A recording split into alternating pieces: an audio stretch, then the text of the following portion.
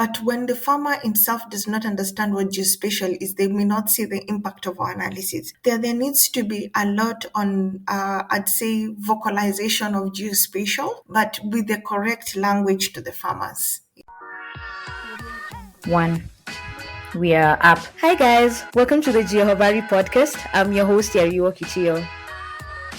On this episode, we're going to look at the intersection of food security and Earth observation, which I think is a very crucial conversation. We're going to make this very multifaceted with all the angles and dynamics that come into understanding what food security really is, but also where does Earth observation sit within this food security, what I like to call jigsaw, right? What's the role of Earth observation in addressing challenges that face food security across the continent? The data points that go into understanding food security even better. What's the gap between tech and uptake? What do we need to do different as techies to have more uptake and more policies coming out of solutions that are being created, and the skill set with the evolution of this space and the coming up of GeoAI? But before we get into the conversation, I'll have our guest introduce herself and then we'll jump right into the episode. Hi, Stella. Hi, how are you? My name is Stella Mutai. I'm from Kenya, but I currently work as Geospatial Consultant for the World Food Program, United Nations, and I'm happy to be here. Thanks, Stella, for being here. I think for the starting point, maybe Stella, we can talk about some of the. I know one of your biggest passions is food security, and you've been working on that for a while. Maybe we can start from what sort of sparked your brain when it came to food security. How did you get into that path of food security and what really that is? Okay, I think for me, food security is a lot on the livelihoods of people. And coming from the African continent, it's a big challenge. Food insecurity with the growing rampage population that's currently ongoing, and the continual hazards that we are experiencing, like floods, like earthquakes, it causes an increase in food insecurity and thus the loss of lives, and it becoming a major SDG to ensure that there is food insecure in the country. It became a passionate, and more so in the field that I'm working within the geospatial field, looking at Earth observation and geospatial analysis to tackle how can we reduce the food insecurity and how can we work directly with farmers became an increasing part of my passion to look at. Yeah. And that's very interesting on how you got into that and how primary food security really is. Can you take us through maybe like the definition? What really is food security? What do we mean when we say a country is food secure or food insecure? What happens is a country is food secure when its people have the ability to experience well nutrition at all times at cheaper cost. A country becomes food insecure when the capacity of food or the capacity of availability of food is difficult, is costly, and even the ability to get the fertilizers to make the food is actually very difficult for them. And part of the reasons can be because of population growth. Part of the reasons can be because of, for example, when we experience too much floods or climate change has become an impact in the increase of food insecurity across global countries and more so in Africa. And so this is a part of my definition when a country becomes food secure is when a country is able to access food in cheaper cost and availability at all times. Interesting things you mentioned right there. So it's not just food, it has to be nutritious food, cheaper cost, and it has to be readily available. Maybe we Exactly. can start with from where you sit. What would you say are the biggest challenges for Africa as a continent when it comes to us achieving, the definition you've just given us? It needs to be available, it needs to be nutritious, it needs to be cheap.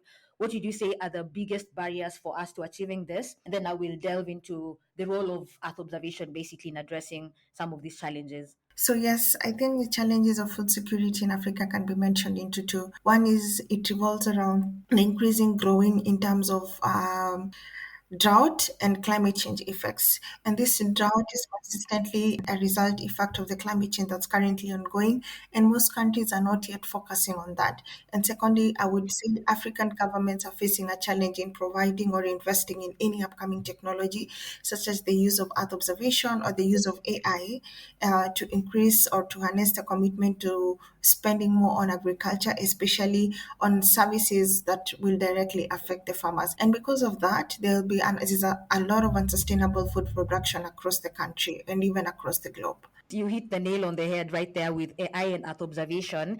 So, from where you sit and what you've currently been working on, where does geo and Earth observation sit? What role does it play in this whole food security metric? What would you say are some of the challenges that Earth observation can basically be used to address some of these challenges? I think that's a good point. I think we need a lot of increased roles of Earth observation in food security because one, it provides real-time information on crop conditions, on yield estimations at different scales. You can even farmers get how the health of their crops are performing at different seasons so that they can identify what are the optimal seasons of planting, what are the optimal season of harvesting. And then secondly, it provides inputs in terms of analysis and decision making processes because you will be able to do time series analysis to look at how are my crops performing the past 10 years. How are they performing now? Is it that I should change the places I am planting? Is it that I should change the seasons I am planting or the harvesting period? And then we'll also get to identify crop phenology and crop health using earth observation. And this allows us to use the land cover transition to determine which lands are better to plant, which lands are better to sustain for the next cropping season. Those questions of what is the role of earth observation in food security, 40 marks. Guys, if you're in campus, you literally have answers outlined in here on where earth observation sits when it comes to addressing food security and some of the analyses that are quite important for you to understand. Stella, are you in a position to sort of talk about maybe one or two projects you've been involved with where you used some of these metrics? You've mentioned some pretty interesting metrics on crop conditions, yield estimations, what are the optimal seasons for planting, and this points to the spatial and temporal components that are available within geospatial information or Earth observation. Are you in a position to talk about maybe some of the projects you've worked on and used, maybe some of these metrics you've just mentioned to address some of these challenges in a local situation in any country? Yes, I received a recent African Prize Challenge Award that is in 2020-2021 by the European Union. And part was I worked with Digital Earth Africa to support sustainable coffee production in Kenya, especially in Kiambu. So what we did is we located farms for farmers in Kiambu for coffee farming, and we did crop phenology. So basically, we tried to identify which is the peak season of planting, which is the peak season of harvesting, which is the lowest season that we should not even be planting. And then we combine that with the rainfall analysis and the health of the land. And then with that, we directly use it as a statistical measure to farmers to advise them on the health of their crops. And most especially, we're combining it with 5 years time series analysis using Sentinel-2 images. And so we would go back into 5 years and look at the health of the land and also the health of the crops and compare it to what was then and what is currently now. And that formed a basis that this would be a direct way to advise farmers on whether to continue farming in that particular land or to transition to a different land, on which season that would really be best optimal for them to continue with coffee production and which season to totally not do. And also for government, we were like, this would be good for government agencies, especially in the county government of Kiambu, to advise them on when is the best time to support the farmers in fertilizer, when is the best time to discourage farmers not to plant at that season so that they cannot have economic loss. Yeah. Oh, interesting. Sustainable coffee production in Kenya, in Kiambu. I've realized some pretty new terms that you've used. Maybe we can start with like crop phenology. What's crop phenology for someone who wants to sort of use some of the metrics you've mentioned? Do you mind talking about what crop phenology is or what the data set is? Yes. So crop phenology is basically trying to determine the health of the crops. That's why. So we are trying to look at time series analysis. Mostly I use Python scripts from Digital Earth Africa, and then I use Sentinel-2 images. So we go through time series analysis the past 5 years, and using the vegetation indices such as NDVI, we look at the health of the crops at each particular year for that one particular small piece of land. And we go and look for the past each year, how has the piece of land been performing in terms of the vegetation index, and to determine whether it's healthy or it has very low index, to determine that it's not a healthy, it's growing, it's continually decreasing, and that would be important for the farmer to identify whether to transition from that land or not. Yeah. Oh, this is interesting. So this is one good application because I know you've mentioned NDVI. So basically, you're looking at Yeah. NDVI over a certain period of time over time, which is something that's very possible within geo and that observation. So looking at sort of NDVI maybe for a time series analysis over a certain period of time, and then to just understand that you overlaid that or included another data set for rainfall. Yes, exactly. You talked about some of the outputs that came out of that, the combination of NDVI and the climate data like the rainfall. Do you mind talking about the uptake of that? What does that uptake look like when you're giving that information to the farmer? How do you present that information to the farmer? I think that's where there is the intersection of tech and uptake. Okay, that's a good point because what we did apart from doing the crop phenology, so we went additionally and look what are the rainfall millimeters at that particular season. So we looked, is it that there are little rain to support the growth of the crops?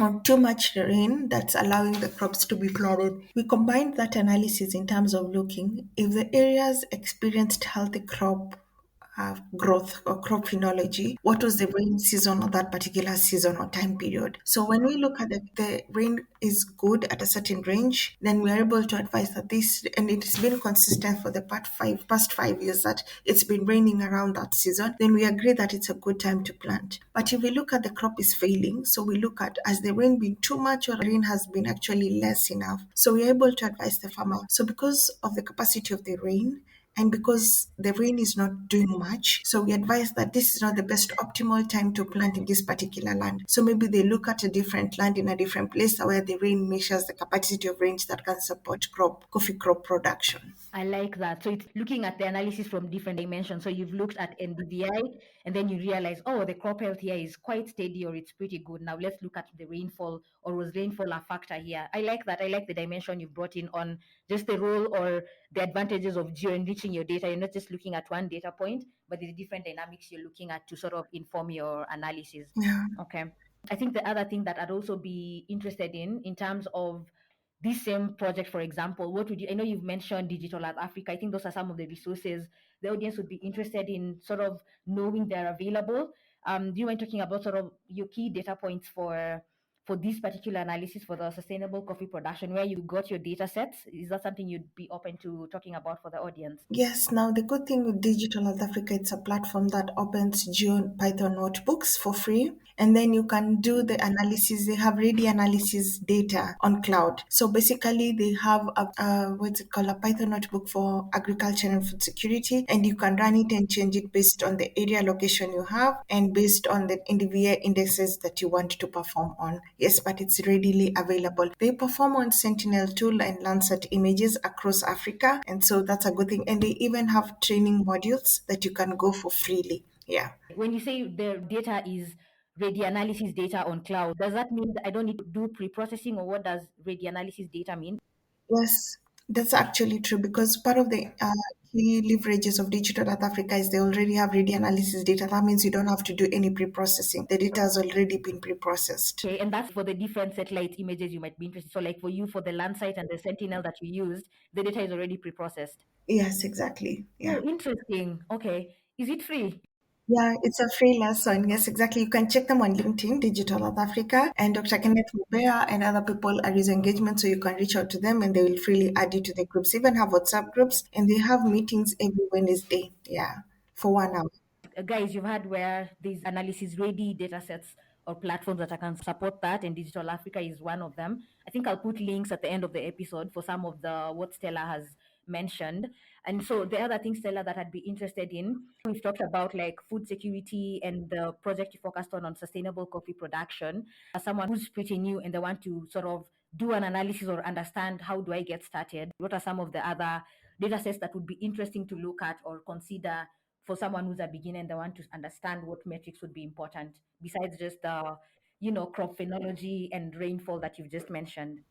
I think that's a good point. There are other indicators that really affect food security. One is demography. This is you look at the gender. A lot of places that have food security health is women do the plantation. So it's good to look that. You should also look at the livelihoods of the people there. So are they urban populated areas? Are they village populated areas? Or are they farmers or are they pastoralists? So those are something you should look. You should look for assets. What are the assets around that place? Do they have resources like water consistently? Do they have good road structure to transport the food security? You should look at expenditure. How much expensive is food in that particular region? Is there are countries, or I've noticed there are regions or villages, countries where food is very cheap because it's so much. And in the places that food is very expensive, dependent on the type of food you're working on. Like coffee can be very cheap in a place like Kericho in Kenya, but it can be very, very expensive in a place like Mombasa because of the production that's there. And then we look at the food consumption and coping. So here we look at food security. So we look at a different classification. I normally use the IPC cluster. There are very different food scores that are globally accepted. So it's very important when you're doing food security analysis, you compare with the different food scores that are globally or open source. So there are different that I've mentioned, and then there's also water source, sanitation, and access to food utilization. So these are in terms of, and it's very important to understand that the quality of food that people will get is highly dependent on the water and sanitation that's accessible there. So you have to look what is the surrounding capacity of water intake in that place. Are people struggling with water? Is it ready available? Then lastly, we look at the health disease and access to facilities and treatment. Because if the food insecurity is high, then it means that the health of the people is deteriorating, and that means that there has to be access to treatment and utilization. So these are the kind of things that factors that one needs to consider as indicators to access food security. You've mentioned very important points out there. Guys, want to get into understanding that and you have a project. I think all these factors that Stella has mentioned are pretty important. And I like that, Stella, you've mentioned the point and why it's important for you to consider it. And there's something interesting you've mentioned, food scores. Do you mind briefly talking about food scores? There's websites that you use for that. I think you mentioned IPC, Integrated Food Security Phase Classification. What are these food scores that I need to have in mind when I'm doing my analysis? Are you able to sort of break that down for us? Yes, so food scores are sources of food security data. So they're globally accepted. They are ranging of the classes of food security, like phase one can be low, phase two can be high. So they have different classes, and there are different types of food security sources that you can compare. So one is called, that is used globally a lot, is the IPC, Integrated Food Security Phase Classification. So I think they have phase one to phase five. So they kind of show you from the lowest to the highest in terms of food classification across each country. The second one is the Global Food Nutrition Security Dashboard. This is also a good one. It shows the country level data on food security severity. So here they look at food security financing and the kind of crisis response and resilience that are actually in each country. So it's something worth looking at. And then thirdly is the Hunger Map Live. This is actually used a lot with the World Food Program. It's a global hunger monitoring system where we look at also the full level of food security or insecurity in a country. And lastly is the HDX. That's usually an open source where you can find data for various types of food security, nutrition, and the drivers of food security. Yeah. Interesting. And Stella, for the just so I fully understand the role of like some of these platforms like the IPC and the food scores. So if I'm starting my project, is that should that be the starting point for me to familiarize myself with all the different scores across the continent or a particular country before I get into the analysis? This is important for you because you need to understand if I am doing my personal analysis on Kenya food insecurity, for me not to overgeneralize or undergeneralize the data, I need to compare it to an open source data to see whether are they matching or are they a reflectance of the same. This is very important. So it's adding an extra layer of validation or confidence in what you're doing. Exactly. Oh, I like that. So you're not so that you're not blindly doing your analysis and overgeneralizing the entire country or an entire location. Okay. And I think one of the other things I'd be interested in knowing is from where you sit. I think you've had a sort of a frontline seat in, so it's sort of looking at the uptake of some of these solutions, GIS solutions from a food security perspective. Are you able to sort of talk about what would you say is the gap between uptake and policy, right? So there's techies sitting at their desk creating solutions. Then there's the policy side of it. And we don't see a lot of our solutions sort of going through the entire pipeline up to uptake and geo being a default uptake solution for governments or for policy people or for NGOs. And are you able to sort of paint out the picture of what's the gap there? What are we missing as techies or as GIS people within this space? Okay, so I think one of the gaps that I can mention categorically is in terms of capacity building. So there's a big breach between what technical people know and what non-technical that policymakers know. So because of that, you find what we do a lot on food security is only the technical perspective. But in terms of translating it to the policymakers is a big gap because of understanding of the knowledge, less capacity building, and less link between government and food security analysis people. So I think a lot can be done in terms of before we do the analysis, how do we ensure that the teams are in sync with each other? That means the policymakers, the government strategies, the food farmers, the farmers themselves on the ground, and the technologists who are the geospatial are together collaboratively working so that the analysis that is being done may have an understanding of the impact to them. Yeah. And then secondly, I think there's also a gap in terms of expectations. So, what the GIS capacity can do and what the farmers directly can be impacted with. So, we do a lot on the background, but we only do it for presentation analysis. But when the farmer himself does not understand what geospatial is, they may not see the impact of our analysis. There needs to be a lot on, I'd say, vocalization of geospatial, but with the correct language to the farmers. Yeah, that would increase the capacity of the impact of geospatial to the policy. So as techies, we need to figure out how do we trickle down what we know to a level where a farmer can actually understand. Exactly, Okay, and exactly. that also is towards the policy side as well. Yeah. And for the one of the other things that would be interesting to sort of get your perspective on. So there's the Earth observation landscape for Africa through your lens, and I'd be interested to know what would you say are some of the biggest gap for us as a continent when it comes to working with Earth observation data sets through your lens.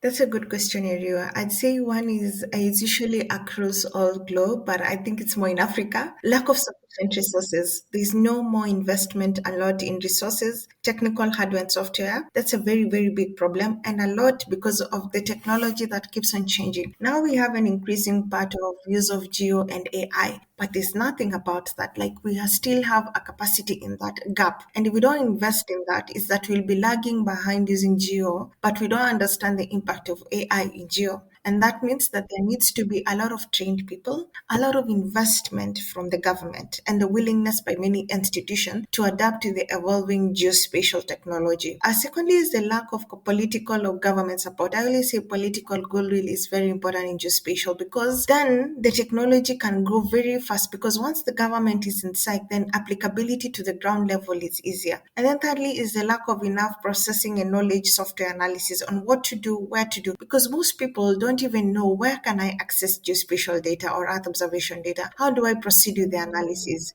Yeah. What data is important for me as for food security, for climate change? So this still is a big gap. Yeah. And for the, I'm wondering, and I like what you've mentioned, especially on government has to take lead in this and sort of have the goodwill to sort of give it a chance and support and invest in some of these resources. And I think it would be interesting to also know. So when it comes to the knowledge and just being able to build our capacity as a continent, from your perspective, I think I'd be interested to know how did you get this exposure? How did you build sort of your portfolio? Maybe your path would be a guiding principle for some of our audiences. What resources do you use to get exposure on Earth observation and image analytics? I think one a lot is open source. I use a lot of YouTube. I do a lot of LinkedIn webinars. So this increases my capacity, knowing what institutions are doing this or what is being done in the geospatial perspective. And recently I'm attending a lot of webinars on ISA, on AI. And also I'm doing a lot on digital Earth Africa using remote sensing or geospatial for food security. I'm doing also a lot on NASA, any webinar they have on food security. So identifying which are the lead organizations in the use of geospatial and what are they addressing in terms of AI, in terms of the current trends like AI is a big thing, geo AI. So that has also helped me too. Institutions I've been into. I like going for fellowships. Recently I was in Central European University to build my ability on the use of geospatial. They have a good program on geospatial for sustainable development goals. And last year they talked about resilience. This year they talked about food security. That also helps a lot. Thirdly is mentorship. Have personal mentors who help me in the industry of geospatial. And so they open my mind on the current things that are ongoing, what needs to be done, what needs to be harnessed in terms of capacity building, in terms of GIS knowledge, and how do I need to prepare myself in the coming future on the trends that are coming in geospatial. So these are the things that have genuinely worked for me. Yeah. I'm wondering, would you be open to share some of these links? I can just put it in the podcast description. This goes live for some of the people, for guys to just look at these websites. Yes, I'll have to check if there's any that's open now because I know most of them are not yet open. But if I see a webinar, I'll share with you, then you can put it on site. That would be helpful. But there's one for Esri that's coming on climate change using geospatial technologies. I think it would be very important. Yeah. Guys can get that on the Esri website. Esri website, exactly. And for the, I think one more thing, you've mentioned a couple, I realized Joy has come up several times in this conversation. I think I'd want to get two interesting takes from your angle. I think the first one would be when you're working with the data sets, did you encounter any challenges or data gap? One of the gaps I've had with data and using local or African data is non-standardization of data, where one boundary is has this. When I look, for example, at county boundaries, some of these data sets are not standardized, and I'm wondering if you've experienced some of these challenges. What do you think would be the solution for some of these challenges we have in terms of data standardization across the continent? Yes, I think I'd mention a few that I have had a problem with. One is incorporating other data sources for enrichment. This is very difficult because most of them are not standardized. Number two is the methodological framework in terms of stipulated by different countries may not work across all other countries, and I'd say that especially in food security. Number three would be presentation tips that have worked on different strategies. So one of the things I find in the data gaps is the ability to identify which sources are globally, which sources are locally. Number two, how do I adapt methodology for, especially using AI in some analysis? How do I adapt the methodology they have used to my context of my project? That also is very hard, especially Yeah. if we don't have experience with it. Number three is directly translating data of insight to stakeholders. I think that has also been a challenge because a lot of stakeholders don't understand what happens background technically. So all they want is to understand the analysis Yeah. part. But a lot of times that's very difficult from a technical perspective, like trying to say what the data is saying without having to explain what you did at the background is very difficult. And then fourthly is validation data sets, especially if you're doing time series analysis, that's hard. And especially if you're doing it for long time. So sometimes the data sets are hard to find, or sometimes some institutions are selling the data sets at expensive cost. So that's also some of the challenges I get through. Are you able to expound before we get into the last 2 points? There is one that you've mentioned, which is very close to my heart because I've had that challenge. The translating of what you've done as a techie to the stakeholder. And I know that's one of our biggest gaps as techie, where there's how do you translate what you've done to a stakeholder without you necessarily overwhelming them or bombarding them with all these technical jargon. How have you tackled that? Have you figured that out? Yes and no. I think the thing now that I work with is consider the end user more than what you do. Okay. The moment you understand the output of the end user, the moment you work from the end to the front. Yeah. So what you do is you ensure the information is of impact to them, is a need to them, and ensure there is consistent communication with the user. Then you're able to deliver what they need and not necessarily what you do on the background. That has helped. That's a good tip. Thanks. That's a very good tip. And then two more things. One is the one trend that you think we should all pay attention to when it comes to Earth observation, geo, and the growth, the overall tech environment. And then the second thing is must-have skills for techies right now. If you were to go back to school or if you were to go back to an institution, what's the one skill you'd master now that you've seen all this in terms of how the space is evolving? I think the first one is machine learning and AI. I think this is a skill we cannot, it's growing in Europe and in the US a lot. But in Africa, because we have less people trained in it, we don't have the capacity. But the most important thing is we have to invest in it because it's not going to change anytime sooner. So you have to understand, where does geospatial stand in the gap of AI and machine learning? How is the integration going on? And what is the effect and the disadvantages of the integration? When you understand this, then you can implement it. And what are the sources that needs to be studied to gain this knowledge, and where should they be implemented in? And then the must-have skills for techies now, I'd say coding. That's something I never did. I still struggle with. I'd say a good geospatial is the one who applies geo and coding in Earth observation analysis. That can be R programming, Python, quantum geo, any. Just do programming. It will be very, very helpful for you. Thank you, Sarah. That's very insightful. Guys, you've had Stella's take on some of the hot skills she thinks we should all try to master. Last but not least, this is an off question to just get the audience to know you a bit better. What's the one thing we can't miss on your playlist? What's the one thing you have to listen to every single day? I don't know. I listen to anything as long as it's interesting. But recently, I've been looking a lot on art space and how things form in the space, the history of space. Yeah, so that's So anytime we find you at your desk seated, you're probably listening to something about space and the evolution. exactly. Okay, that's interesting. Thanks, Stella. I think we've come to the end of the episode, guys. I'll share some of the links to some of the resources Stella has mentioned. I think the tips she's given us, especially on just being able to know global scores for these food security cases so that you don't overgeneralize. Those are pretty interesting resources. I'll share that in the description. I'll also share some of the resources she said she uses to build her capacity or her technical brilliance. So I'll also add some of that and anything else she shares as well. Thank you so much, Stella. I hope you I hope you enjoyed this. Yes, I really enjoyed it, and thank you, Aria, for inviting me. I'm grateful and congratulations on this space for geospatial. It's a good work you're doing. Oh, thank you. Thank you so much, guys, for listening in. We'd love to hear from you. Let us know what you think of the episode. Interact with us on social media, and also who else we can have on here to spotlight some of these uniquely crafted solutions addressing African problems. Till next time, bye.